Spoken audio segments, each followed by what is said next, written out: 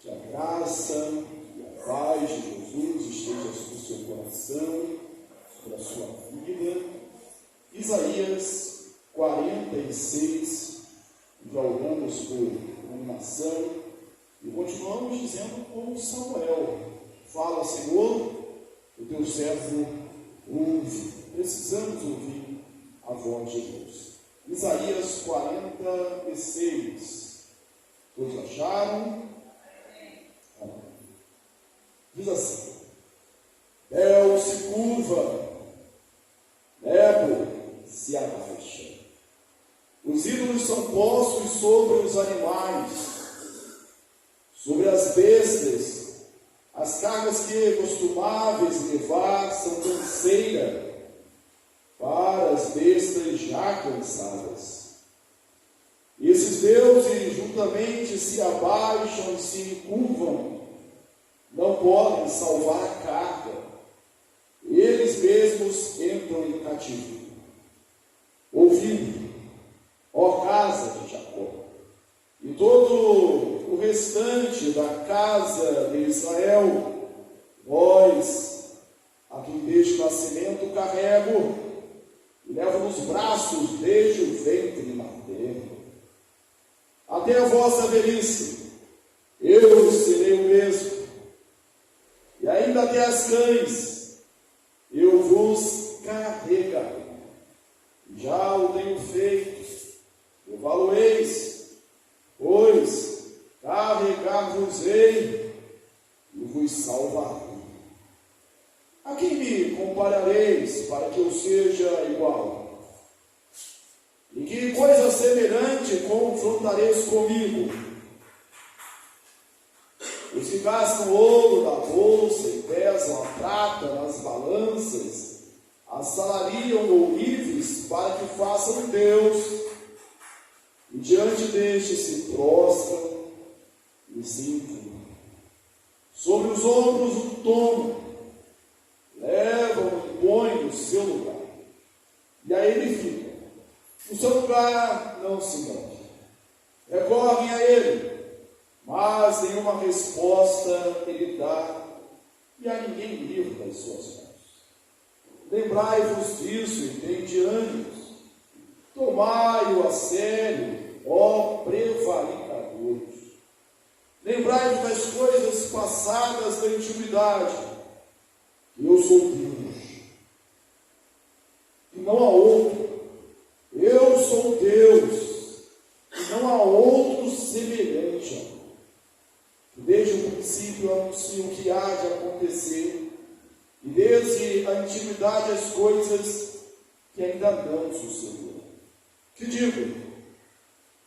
O meu conselho permanecerá de pé, farei toda a minha vontade, que chamo a ave de rapina desde o Oriente, e de uma terra longínqua, o homem do meu conselho. Eu disse, eu também o cumprirei. Tomei esse propósito, também o executarei. Ouvi-me vós, os que sois de obstinados corações, estáis longe da justiça. Faço chegar a minha justiça, que não está longe. A minha salvação não tardará. Não mais estabelecerei em Sião o livramento, e em Israel a minha glória. Amém? Isaías 46, foi o texto. Irmãos, hoje, pela manhã, você que esteve na nossa escola dominical, nós falamos sobre o sofrimento do fé. E quando o professor Marcelo pediu para que eu fizesse a conclusão, eu falei sobre guerras. Você deve estar lembrado. Primeira Grande Guerra Mundial, de 1914 a 1918. A Grande Segunda Guerra, 1939 a 1945. E falamos de algumas histórias desse período que mostravam que as pessoas, no meio do sofrimento, superavam as dificuldades através da fé, através Você tem, inclusive, um homem, Viktor Frankl, escritor, um neuropsiquiatra austríaco, que passou por 4 campos de concentração de Hitler. E ele escreveu ali aqueles horrores do campo de concentração e fez uma observação, que aquelas pessoas que tinham fé, que acreditavam, que tinham esperança, aquelas pessoas conseguiam passar melhor. Será que a gente pode falar melhor? A gente conseguia sobreviver mais a tão grandes horrores. Eu vou falar também de começar essa mensagem falando sobre uma cena de guerra, que talvez você já tenha visto. Uma figura muito famosa, muito conhecida. Em 1945, no término da Segunda Guerra, depois ali da bomba de Nagasaki, um menino é flagrado entre aquelas pessoas que caminham saindo da cidade, carregando o seu irmão menor morto nas costas. Talvez você tenha visto essa cena. E naquele trajeto, o soldado falou: olha, é muito pesado para você, está morto, deixa aqui. E o menino olhou para ele e disse assim: não é um peso, é o meu irmão. Essa é a hora que o soldado chora, mas não é um peso, é o meu irmão. Ainda nesse ano, na guerra da Rússia e da Ucrânia, houve outra cena que também se tornou conhecida. Foi de um pai carregando o filho nos braços, um longo caminho procurando atendimento, socorro. Infelizmente o filho morreu, mas ele foi até onde estava o socorro, tirando força da onde não tinha. O versículo de número 3 aqui do nosso texto, ele repete a palavra 3 e 4, né? Ele repete a palavra carregar umas 3 ou 4 vezes.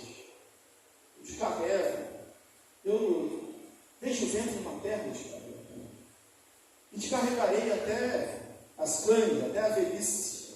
Eu serei o mesmo, eu te carreguei antes e vou continuar te carregando.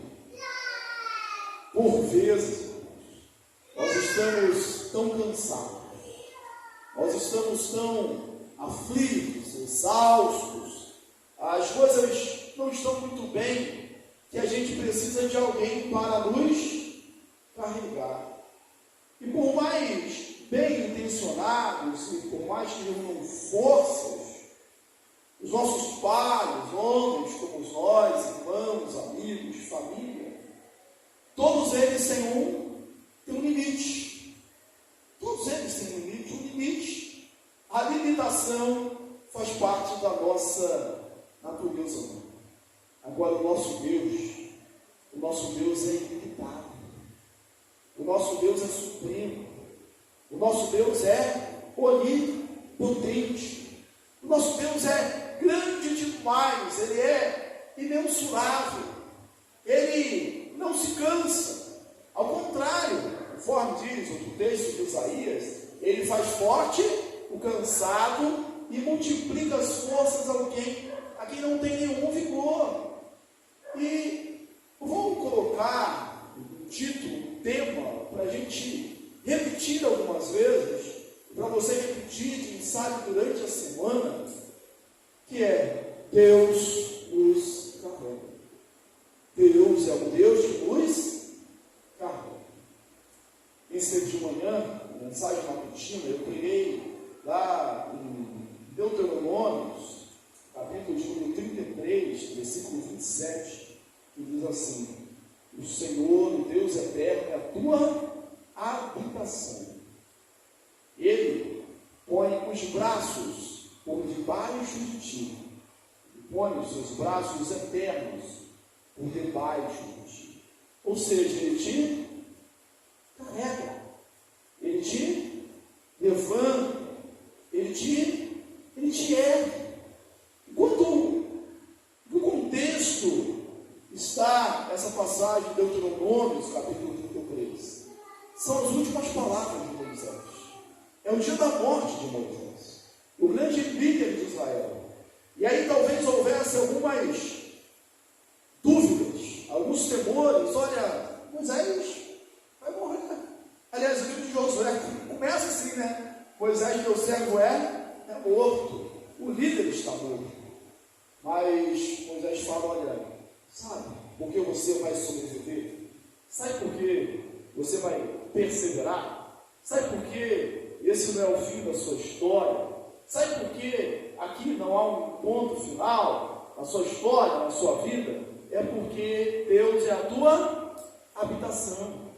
Não é Moisés, não é um sacerdote, não é um pastor, não é um líder, não é um santo qualquer. Deus é a tua habitação. Ele é a tua morada. E habitação, morada, dá-nos a ideia de segurança, de conforto, de estarmos bem, de estarmos seguros. A casa, segundo a nossa Constituição do Brasil, é o asilo inviolável do cidadão. Ali a gente se sente seguro. Você deveria sentir-se. E quando a gente está bem no ambiente, a gente fala, na casa de um amigo, na casa de um parente, ou num ambiente muito familiar, a gente diz assim, eu estou em casa. Por quê? Porque aquilo ali transmite segurança.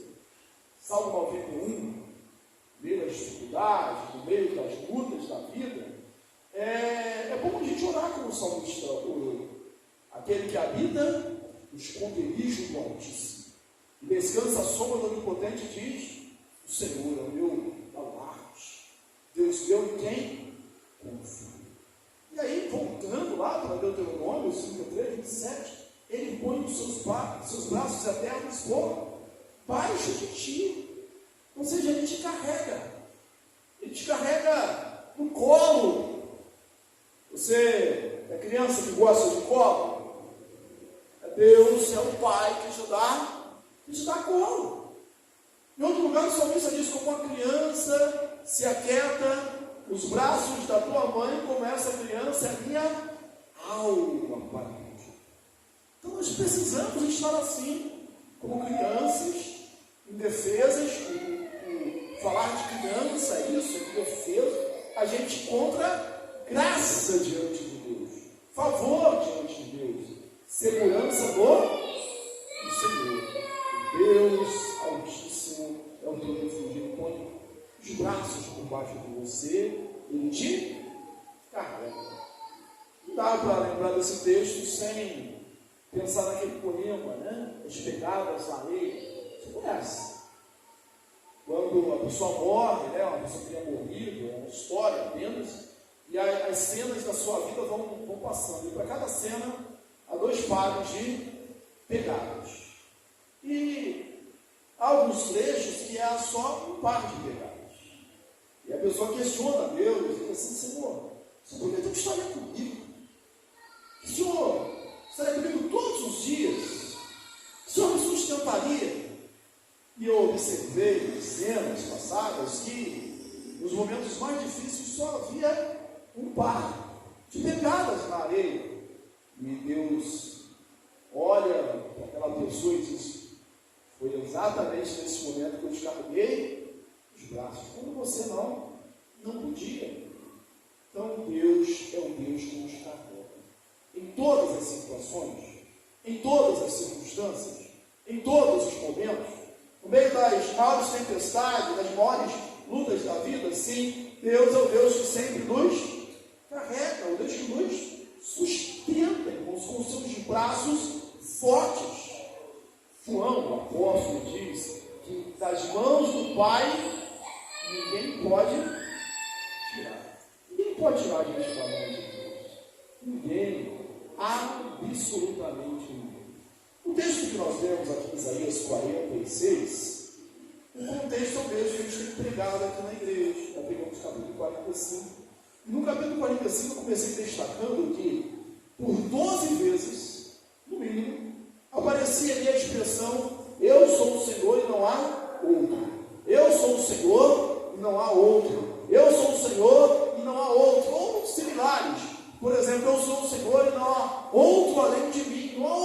Deus, não há outra fonte de refúgio, de inspiração. Os apóstolos disseram isso quando Deus falou: olha, vocês também querem ir embora?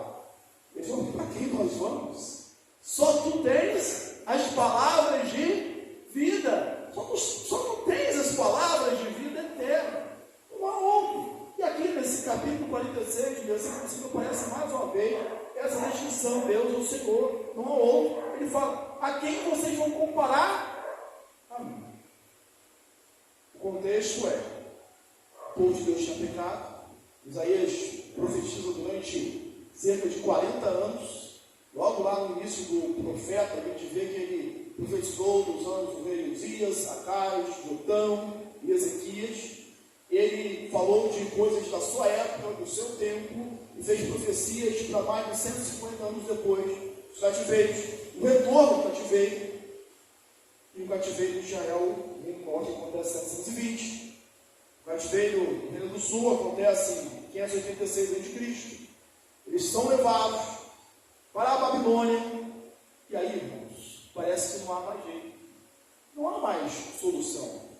E como a história, as coisas mudam, levanta-se um outro império, o Império Medo-Persa, e Deus levanta um homem chamado Ciro, que é chamado aqui pelo nome, mais de um século antes, e chama esse homem de meu pastor, chama esse homem de meu ungido, e esse homem vai e domina Babilônia, e assina um decreto para que os exilados judeus pudessem voltar para as suas cidades, sem arma, sem braço humano, sem joguetes algum, sem prêmio, sem barganha alguma, só porque Deus chamou, Deus mandou, e Deus faz, Deus opera. Aqui o texto vai dizer que Ele faz todo o seu propósito, e Ele vai cumprir todo o seu propósito. E o texto começa assim: Bel se curva, Nebo se abaixa.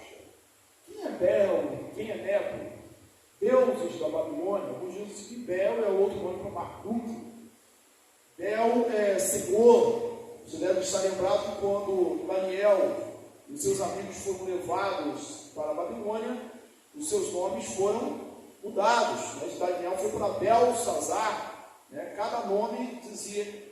Os nomes deles anteriormente falavam de Deus, O nome de terminação El é Deus, para o hebraico. E aqui, o nome é mudado quando é exaltado uma divindade babilônica. Nabucodonosor vem de Nebo. Então, Bel e Nebo são deuses babilônicos. E o texto diz que com a invasão persa, esses deuses se abaixam. Alguns entendem que é porque quiseram salvar os deuses. Botaram os deuses em carros, em carroças, e levaram a carga. Só que os animais se cansaram. O que um animal faz quando se cansa? Ele abaixa. Ele deita, não dá mais para mim. E aí a imagem vai e se abaixa. O texto diz: olha, eles não puderam livrar. Eles não puderam salvar a carga. Na verdade, eles não puderam salvar a si mesmo. Mais uma vez, irmãos, o profeta Isaías já tinha feito isso outras vezes. Ele fala, ele denuncia a idolatria. Ele denuncia a falta de sensatez da idolatria. Ele denuncia o quanto é vã a idolatria, o vácuo que é a idolatria. Na verdade, a idolatria é só uma canseira. No capítulo anterior, a gente viu que um homem, o mesmo homem, ele vai na mata, na floresta, tira a madeira, parte da madeira faz lenha para cozinhar, para assar, para esquentar, aquecer a casa, e da mesma maneira ele faz um Deus, e se prostra diante dele e diz: me salva porque você é o meu Deus. É Deus que não pode salvar. Tem olhos e não veem, tem ouvidos e não ouvem, tem boca e não fala, tem nariz e não cheiram. Eles não podem fazer nada. Você vai colocá-lo ali e ele vai permanecer ali. Sabe qual é o nome disso tudo? Quando o cilindro de Ciro, esse mesmo Ciro da Pérsia, conquistou o Babilônia, ele atribui a sua vitória a Marduk. A gente viu na semana passada que ele não reconheceu Deus de Israel totalmente. E Deus falou isso, ainda que você não conheça, ainda que você não me conheça. Eu te chamei, eu fiz isso na sua vida, eu te usei como instrumento, ainda que você não me reconheça. Aí em Esdras, capítulo 1, a gente vê que de alguma forma sim reconheceu Deus, e por isso libertou os cativos. Mas sabe o que ele faz, irmãos? Ele vai e adora, ele leva esses deuses e passa a adorar esses deuses. O mesmo Deus que não pôde livrar os babilônicos das mãos dele. Então observe como é fazer o descenso, como é uma loucura. Realmente, irmãos, tudo que nos afasta de Deus é uma loucura. Tudo que nos afasta de Deus é uma insensatez. Tem minha mente aqui a parábola do filho pródigo, quando havia dois jovens, o pai, o mais novo resolve pedir a parte da herança, o pai concede, ele não passou muito tempo, ele é rápido em pecar, ele vende tudo que tem e vai para uma terra distante, ele está longe do pai, e ele gasta todo o seu dinheiro com festas, com prostitutas, e vem uma fome contra aquela cidade, e os seus amigos fome também, e só sobra para ele cuidar de porcos, e até a comida dos porcos, e foi negado, eu não sei quanto tempo. A Bíblia não diz quanto tempo ele ficou ali no chiqueiro. Quanto tempo ele ficou naquele lugar fétido, imundo. Imundo para nós, muito mais imundo para o judeu, porque o porco para eles é considerado um animal imundo. Ele ficou muito tempo. Aí tem uma frase que eu acho bonita, e muitos significativos dizem assim, narrador diz, caindo em si, ele disse, eu estou aqui pensando. E os trabalhadores do meu pai têm abundância de pão, de carne, levantar meio e voltarei para a casa do meu pai. Diz, pai, peguei contra os céus e contra a terra, já não sou digno de ser chamado teu filho, recebe-me como um dos seus céus. Eu falo a frase, caindo em si. Porque se o posto está fora de si, quem abandona o conforto da casa do pai. Lembra do primeiro versículo que você tem aqui, de Deuteronômio 33, 27? O Senhor é a tua habitação. Salmo 91, esconderijo do Altíssimo. Habitar em Deus. Paulo aos Colossenses fala que a nossa vida está oculta em Deus juntamente com Cristo. O salmista lá no Salmo 27 diz que nós estamos ocultos no seu pavilhão, no recôndito do seu tabernáculo, e recolherá. Ou seja, a gente está escondido ali em Deus. É só na proteção da casa do Pai. Então só estamos fora de si para se afastar de Deus. A idolatria é um cansaço. A idolatria é uma canseira. A idolatria faz com que o homem se canse e nunca encontre descanso. Mas Jesus faz diferente. Ele diz, vinde a mim, vós todos estáis cansados e sobrecarregados, e eu vos aliviarei. Aprendei de mim, sou manso e humilde de coração, e achareis descanso para a vossa vida. Versículo 2, ele vai falar dessa falta de sensatez da idolatria. E aí você pode dizer, ainda bem que eu não sou idólatra. Será que não? A idolatria ela vai se sofisticando, adorar a Deus, deuses falsos, como proíbe os 10 mandamentos, os primeiros mandamentos, o Decálogo, o Êxodo 20, não terás outros deuses diante de mim, não farás para ti imagem, escultura. O que proíbe os 10 mandamentos? Esse primeiro mandamento. Você não só fazer imagens, uma representação de Deus, e se prostrar diante dela, mas também fazer qualquer coisa, ou colocar qualquer coisa no lugar de Deus. Às vezes a gente põe a nossa saúde no lugar de Deus. Eu posso. E por que eu posso? Porque eu tenho saúde. Eu posso. E por que eu posso? É porque eu sou jovem. Eu tenho força. Eu posso. E por que eu posso? Eu posso porque eu tenho sabedoria, eu sou inteligente, eu sou muito perspicaz.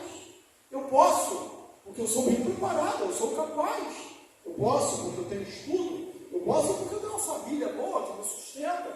pode me dar o suporte necessário, eu posso porque eu tenho amigos, eu posso porque eu tenho governo, eu tenho Estado que me dá, eu posso, por isso, por aquilo outro.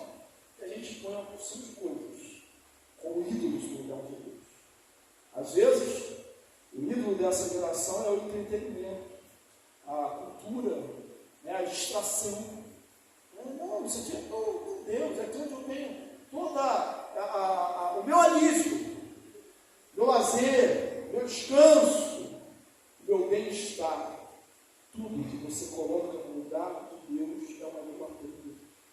E é tão insensatez como isso que a gente fez. Por quê?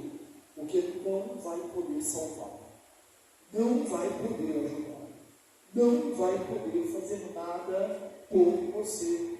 Só o Senhor é Deus. E aí, nos versículos aqui, de número 4, vamos ler o de número 3, ouvindo a casa de Jacó e todo o restante da casa de Israel, mais uma vez, junto com os dois nomes, né? Jacó e Israel, a mesma pessoa. Jacó antes, Israel depois. Depois diz, olha, você não é escolhido porque você é Israel, por isso que Deus. Você é escolhido ainda que você seja Jacó, o prevaricador, o suplantador, né, o desonesto. Não é porque você é bom, é apesar das suas iniquidades, é apesar dos seus pecados. Então, ouve. E quem está falando é alguém que está clamando por oportunidade de ser ouvido. É o soberano, é Deus falando. Ouve. E aí ele diz assim, que desde o nascimento te carrego e levo nos braços, desde o ventre materno. Irmãos, às vezes a gente tem dificuldade com promessas, porque a gente não sabe se elas, quem fez vai cumprir ou não. Não é isso? Só que aqui ele não está fazendo uma promessa. Ele está dizendo, olha, eu te carrego. Ele botar até no pretérito, eu te carreguei desde o ventre. Foi eu que te carreguei. Foi eu que te sustentei. Eu te trouxe até aqui. E às vezes a gente tem dificuldade com o passado, mas tem muito mais dificuldade com o futuro. Eu gosto muito de Romanos 8, que diz assim, o que nos separará do amor de Cristo? Tribulação, angústia, perseguição, fome, perigo, espada, nudez, coisas do presente, coisas do porvir, demônios, potestades, qualquer outra criatura, nada nos poderá separar do amor de Deus que está em Cristo Jesus. Mas ele fala assim, nem coisas do presente, nem do porvir. A gente fica pensando, como vai ser o futuro? E quando eu, mais jovem, nem quando eu me aposentar e ganhar aquele salário, será que vai dar? E quem já está mais... E quando eu não puder mais ser independente? Como que vai ser? E depois a gente fica com medo do futuro. E Deus fala, olha, lá desde o ventre na terra, eu te carrego. Eu te sustento. Bom lembrar do Salmo 139, né? Senhor, me conheces, me sondas e me conheces. Conheces meu andar, o meu lugar. A palavra ainda não me chegou à língua, e o Senhor já sabe todas. Aí vamos pular lá para o 16. Tu me conheceste a substância ainda inferno, no ventre da minha mãe, como ele foi enriquecido ali, como nas profundezas da terra. Era a substância ainda informe ali no ventre da mãe, se formando aquela massa. E ele falou assim, eu já te conhecia. Antes de começar a ser os braços, os dedinhos, o cheiro, eu já te conhecia. Quando você já era você já era meu. O texto de Deus já tinha escrito no teu livro, no meu livro, cada um tinha, cada um escrito e determinado. O infanticídio, o fetocídio, o assassinato de bebês dentro do ventre, continua sendo apenas isso, né? Um assassinato, porque a vida está ali, a vida que Deus já conhece e já amou, com amor eterno te amei, falando para Jeremias, por isso com benignidade te atraí. E João Batista, quando o sacerdote Zacarias entrou no templo, e Isabel já era idosa, ele deu promessa de um filho, e ele entra no templo, e Deus fala com ele, não acredita, e Deus diz assim, olha, porque ele não vai beber bebida forte, e ele será cheio do Espírito Santo, desde o ventre materno. É o único texto que a gente tem falando isso na Bíblia, não, a gente tem, desde o ventre materno, vai ser cheio do Espírito Santo. E quando Maria vai visitar Isabel, e ela chega na casa de Zacarias, e saúda Isabel, o menino, João Batista, você imagina a cena, né? Dois grávidas, mudas ali, né? Uma saúda a outra, e o bebê dentro da barriga de Isabel, né? João Batista se estremece com a saudação da mãe de Jesus, porque Jesus estava ali cheio de Espírito Santo, e diz que Isabel naquela hora foi possuída pelo Espírito Santo. Mas onde você nasceu? É vida. Ele fala assim, olha, eu te conheci antes de você nascer. Você nasceu porque eu permiti. Eu te sustentei na tua infância. Eu te livrei. Voltando a contexto, eu te carreguei nos braços. E eu vou te carregar nos braços até a tua velhice. Eu vou te carregar nos braços desde até a tua velhice, a tua mocidade, a tua velhice. Talvez por isso Davi tenha dito, meu irmão, fui jovem, moço, já agora sou velho, mas nunca vi um justo desamparado, nem a sua descendência mendigada. E até as cães eu vou te carregar. Se tiver velhinho, que não tiver mais conseguindo fazer nada mesmo, for só ferida, não tiver mais esperança, deixa eu falar assim, ainda assim eu vou te carregar. Eu nunca vou te abandonar. E diante de promessas como essas, irmãos, a gente se pergunta, temer por quê? Você está com medo de quê? Você está ansioso assim? Por quê? Não andeis ansiosos por coisa alguma, antes sejam as vossas orações conhecidas diante de Deus, pelas suas petições e súplicas com ação de graças.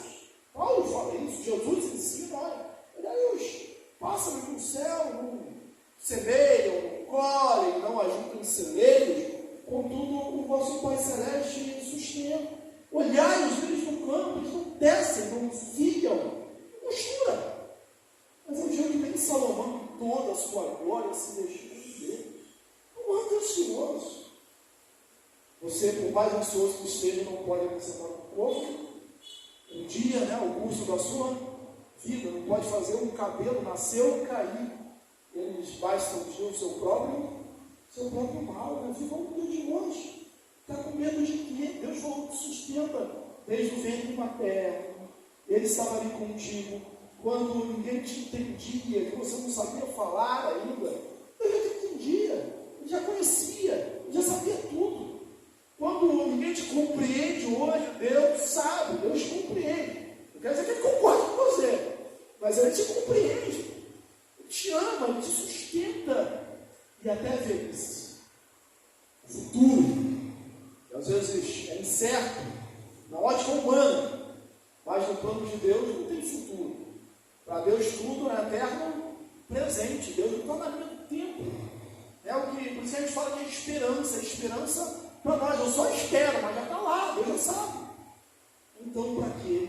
Para que Deus te carrega, Deus te carrega, Deus te carrega. Eu falei 3 vezes, porque aparece 3 vezes aqui no texto. E aí, versículo 5, vamos acompanhar. A quem me comparareis, para que eu seja igual? Irmãos, humildade é uma virtude cristã, né? Mas vou dizer para você, talvez você esconda isso, Deus não é humilde. Deus é humilde.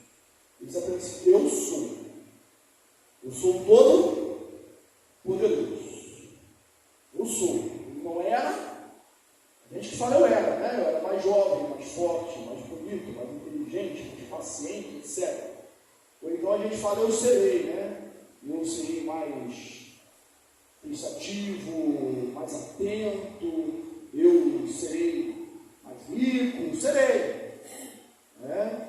Mas Deus fala assim, eu sou. Foi assim que ele apresentou-se a Moisés. Eu sou o que? Sou. Mas eu sou. Eu sou o alfa e o ômega. Jesus, a quem você vai comparar a mim? Quem você vai comparar a mim? Eu sou Deus. Não adianta essas pessoas gastarem dinheiro construindo ídolos, se cansando, só isso. Eu sou Deus, você não tem nada que possa comparar a Deus. Não há outro. Ele te ama. Ele quer te carregar nos braços. Ele quer te sustentar. A quem você vai comparar a Ele? Não há outro. Não tem opção. Não tem outro caminho. É por isso que Jesus diz, eu sou o caminho, a verdade e a vida. Aqueles que fazem deuses sobre os ombros, tomam, levam, põem no lugar. O que acontece? Ali eles ficam. Se você não limpar, ele vai ficar cheio de poeira. Se você não acender a luz, ou a vela, seja lá o que for, ele vai ficar no escuro. Se cair, quebrar, você não consertar ou mandar fazer outro, vai ficar quebrado. Tem até um ditado popular, quem conhece sabe que eu gosto de ditado popular. Um ditado popular que eu ouvi quando era criança, diz assim, devagar quando dor, e o santo é de barro. Devagar quando dor, o santo é de barro. Quer dizer, as pessoas falavam isso, a aplicação é, pega leve. Pega leve que o material aqui é frágil. A gente está dizendo, olha, vai devagar, porque se cair quebra. Então não adianta acelerar o passo. Vai mudar. Nego se curva. Del se curva. Nego se abaixa. Mas Deus é Deus. Eternidade é eternidade. Ele é um Cristo. Ele não se cansa. Ele não muda. E ele também não cresce. Ele não fica mais forte. Tem crente que acha isso, né? Eu vou fazer aqui uma oração, a gente vai fazer um movimento e a gente vai entrar em uma guerra, uma batalha, a gente vai, Deus vai se inchar, Deus vai ficar. Não, Deus não fica mais forte. Deus não fica melhor resolvido quando você vem para a igreja. E não, hoje a igreja, eu só venho para a igreja, Deus ficou mais. Ele fica feliz, né? Na linguagem antropopática, né? Botando os sentimentos nossos com Deus, mas Deus, ele não muda, ele não sofre variação, não sofre mudança. Ele é Deus de eternidade a eternidade. E aí ele diz assim, irmãos, que esse Deus não pode livrar ninguém das suas tribulações. Olha o versículo 8. Lembrai-vos disso, entende? Ânimo. Por diversas vezes a gente vê isso na Bíblia. Tem de bom.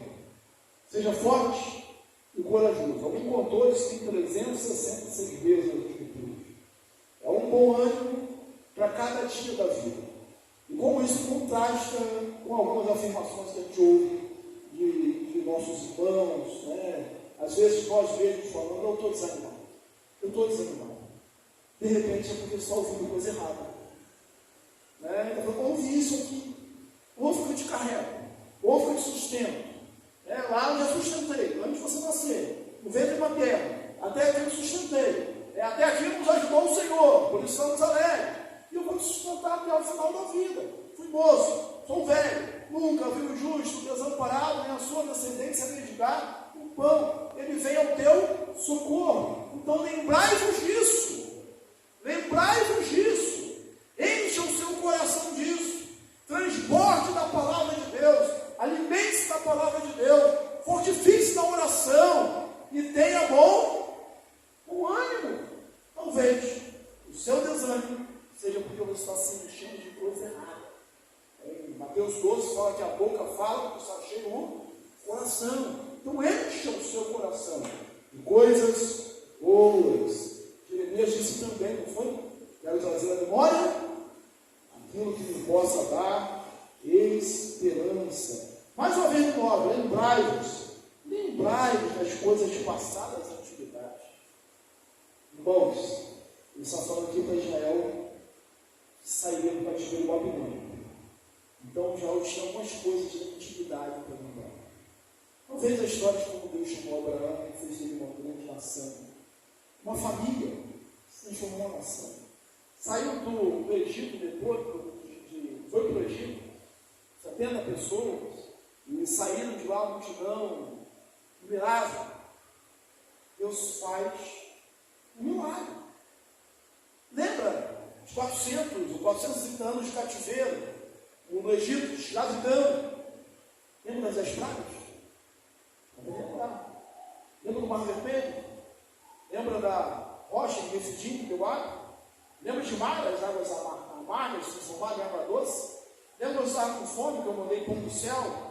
E quando você, grato, teve faxina do pão e murmurou, eu mandei cordonizes? Lembra quando vocês foram assolados por serpentes abrasador? Eu jurei, simplesmente com um olhar para a serpente de bronze que eu mandei levantar? Você lembra? Você lembra disso? Você lembra quando Arão e Ur seguraram as mãos de Moisés, enquanto as mãos de Moisés estavam levantadas, o povo prevaleceu contra Amaleque, desbaratou Amaleque? Você lembra disso? Você lembra dos milagres? Você lembra dos milagres? Deus pode fazer, Deus vai fazer a mesma coisa aqui com você, vai tirar você do cativeiro babilônico. Hoje, lembrar, a gente tem muito mais coisas para lembrar, né? Se a gente for ficar aqui, a gente vai acabar muito tarde, né, lembrando de todos os feitos de Jesus, de todos os milagres, de todas as intervenções na história da igreja primitiva, da igreja no transcorrer dos séculos. Nesses mais de 2000 anos de história, ele fala: lembrai, eu sou Deus, eu nunca voltei. E não é agora que eu vou voltar. Eu sou Deus, eu não mudo. Lembrai-vos que não há outro semelhante a mim. Falar depois, mas é fácil, né? Falar depois, eu tenho que falar. Eu, desde a eternidade, anuncio o que há de acontecer. Alguém disse? Eu repito, porque creio que é verdade, que a Bíblia é mais atual do que o jornal de amanhã. A Bíblia é mais atual que o jornal de amanhã. A ciência muda e já mudou muitas vezes. Mas é a ciência já mudou muitas vezes. Nós sabemos disso. Os homens mudam e continuarão mudando. Nós mesmos mudamos, graças a Deus. Mas passará os céus e a terra, mas a minha palavra não passará, diz o Senhor. Lembrai-vos disso. Lembrai-vos disso. Lembrai-vos disso. Aí ele fala: foi eu que fiz, tá? Foi eu que fiz. Estava esperado que Ciro se levantou. Foi eu que mandei. Foi eu que mandei. E os babilônios, você sabe que foi eu que mandei também. Abacuque orando: Senhor, Senhor, Senhor. Aí Deus fala que vai mandar um povo, os assírios primeiros, né? Ele é o sacrificador de vigias, que não deveria fazer. Porque estou pedindo perdão para o povo, sou puro ao povo, mas assim não, né, Deus? Por dentro. Uma ação tua, não é um povo mais ímpio que a gente. Não, a Síria, Babilônia, irmãos, nós não temos de ficar preocupado com o Faraó, é passado, né? Com Nabucodonosor, com o Ciro da Pérsia, com os faraós, com os grandes líderes. A gente tem que estar preocupado se a gente está em comunhão com Deus. Tem gente que tem medo do mundo da besta. Antes de ter medo do mundo da besta, você tem que perguntar assim: eu já estou selado com o sangue de Jesus? O mundo da besta é só para quem não tem o selo do Cordeiro. Então, o selo do Cordeiro. Em vez de se preocupar com as circunstâncias, se preocupe se você está firmado na rocha, que é Jesus, que é Cristo. Ouvi-me, vós, que sois obstinados de coração. Deus vai fazer, vai executar, vai fazer toda a vontade dele, vai fazer toda a vontade dele. Ele diz: olha, eu chamo lá do Oriente, levanto a ave de rapina de longe, chamo o homem do Oriente, eu chamo o Ciro. Faço chegar a minha justiça. Não está longe a minha salvação. Não tardará, mas estabelecerei em Sião livramento em Israel. Sabe para que ele vai fazer isso? Sabe para quê? Sabe por quê? É por causa da minha oração, da minha fé, da minha força.